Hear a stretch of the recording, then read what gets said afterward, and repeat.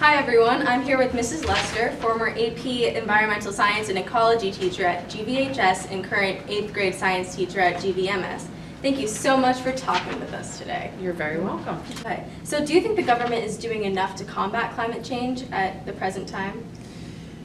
At the present time, no. I think that sadly our current administration has curtailed much of what the government had been doing. So for instance, there's been a lot of kind of brakes put on the Environmental Protection Agency and the EPA, restrictions in funding, restrictions in, or I shouldn't say restrictions, but the removal and curtailing of previous laws that had been enacted by Obama's administration to start to curb the effects of climate change or mitigate the effects. And so we're just kind of rolling back to where we are. So, you know, there was progress during Obama's administration, I felt like, in a forward momentum, and unfortunately I think now it's not that just we're at a stalemate. I think things are starting to roll back to a time, you know, previous that, you know, could be detrimental, more detrimental in the future, because we've removed some of those protections.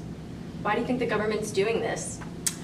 Well, I think the change in political climate has a big, plays a big role in this. The local governments, depending on where you live in the country, might still be continuing with their climate agenda. So I live in the small town of Media. It's a small borough, and they've always had environmental initiatives like installing solar panels on public buildings.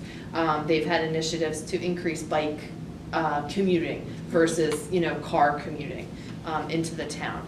They advocate, you know, for events that would be more eco-friendly, where people are walking instead of driving. And so, you know, they're doing a composting program. So I think local communities still have an impact, and governments to keep, you know, the climate change agenda in the forefront. I think nationally, because in the news media, you know, President Trump is very vocal against climate change. I think Scott Pruitt, as head of the EPA, is very vocal against climate change. And so, ironic. Yes. So I think having those figureheads in place shifts the conversation, and I think others are struggling to shift it back to, you know, that climate change is occurring. We need to, you know, really focus on mitigating and adapting to the effects. Are you aware of any other governments and what they're doing to combat climate change around the world? I know that in some of the small island nations in the South Pacific, there are definitely conversations and with the governments for actually relocating communities, because their communities and their countries are at risk because they're at sea level. I know in the United States there are 2 communities that already have had to relocate as a result of, or going to, or put proposals in to relocate. One in Louisiana, because basically the wetlands they're losing land, and the water's coming up, and they're not going to have, you know, land. And then in Alaska, on some of the coastal regions. So I think, you know, it's already happening to communities, and, you know, changes like that need government action, because you need money to relocate an entire town. So do you think special interest groups are doing more effective work or more work in general than the government to combat climate change? At the moment, special interest, I mean, there are definitely organizations, environmental organizations that are working to promote, you know, to combat climate change, to kind of counterbalance what, you know, the inaction of the government at the moment.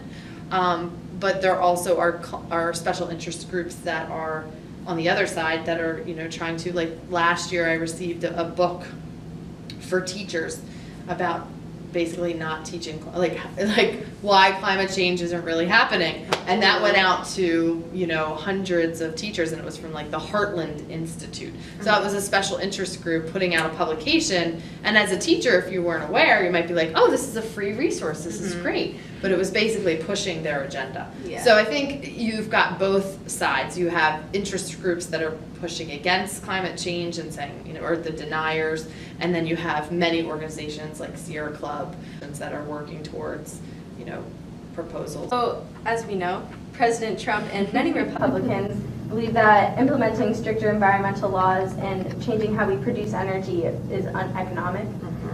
So how do you think these loose laws for climate protection, or no laws in general, will affect the economy? Yeah. So one of the arguments that people make when talking about the environment is that you can't be environmentally friendly and economic at the same time. And I would argue that that isn't the case. And I think as consumers move towards being more environmentally conscious, and many markets have picked this up, there's cleaning products that say they're environmentally friendly, whether or not they're not, the increase in organic food production and people purchasing that, and the availability of that has increased because consumers are demanding that.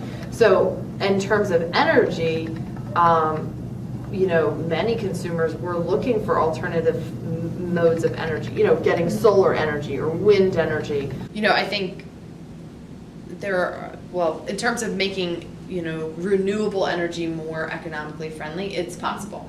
And I think that a detriment that the Trump administration kind of has, and for whatever reason Trump has this stuck in his head about coal isn't economically feasible anymore. It's just not. Natural gas is so much cheaper, and that's on the marketplace. It has nothing to do with environmental. But then when you look at the environmental, the pros and cons of those two, even though natural gas is still a fossil fuel, it's less CO2 emissions. There's still impacts to getting natural gas, but there's also impacts for coal. So when you economically do that, natural gas is out-competing coal economically because it's abundant, it's cheap, it's easy to extract, and so that's that push there. So even though it's a fossil fuel, it's a better fossil fuel than, say, coal. I think probably about 5 years ago, when incentives were in place for renewable energies, people and organizations were getting that out to the marketplace and getting solar panels on houses and things like that. I think a little bit has been pushed back because the winds have changed, and so I think the demand is still there. I think people still are interested in that. I think some of the regulations or laws that have, or just even the agenda of the Trump administration has kind of shifted away a little bit from renewable energy sources. And I think that's going to be a detriment, because I think renewable energy sources, not just for climate change, but also economically, can be more feasible and more economic in the long run over time. How do you think we as a society should improve upon climate change policy, and not even just policy, just improving the environment? One, people need to be educated, and not just educated but also educated in the science, and educated in, what can we do? And there are two pathways. It's mitigation and adaptation. And I think at this point in time, we need both of those pathways to be in the picture. Whereas before, I would say 10 years ago, a lot of it was teaching, what can we do to curb climate change? But we weren't necessarily talking about how do we adapt. But that is something that we are going to have to teach and educate people about.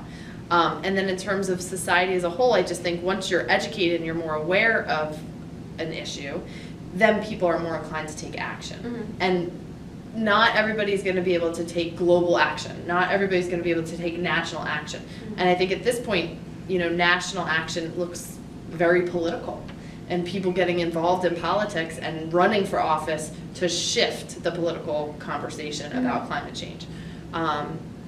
On a local level, in a community, there's, getting involved in your community, participating in a cleanup. There was a whole bunch of stream cleanups this past weekend. Planting, there's, in the fall, there's National Public Lands Day, and planting trees. And just, those are small, simple things, but getting involved within the community. And then on your own, individual level, in your household, just thinking about living in a more sustainable way, shifting some of the products you use, not using paper towels and using cloths that you would reuse, not purchasing plastic water bottles and using, a reusable water bottle. Going, I struggle, I try to take this to Wawa, I don't always succeed, but as much as going to Wawa or Starbucks and everybody loves the cup, but not just, not just having the water bottle, but also the recycled cup and things like that. One that's going on now with like plastics and stuff is like not doing straws.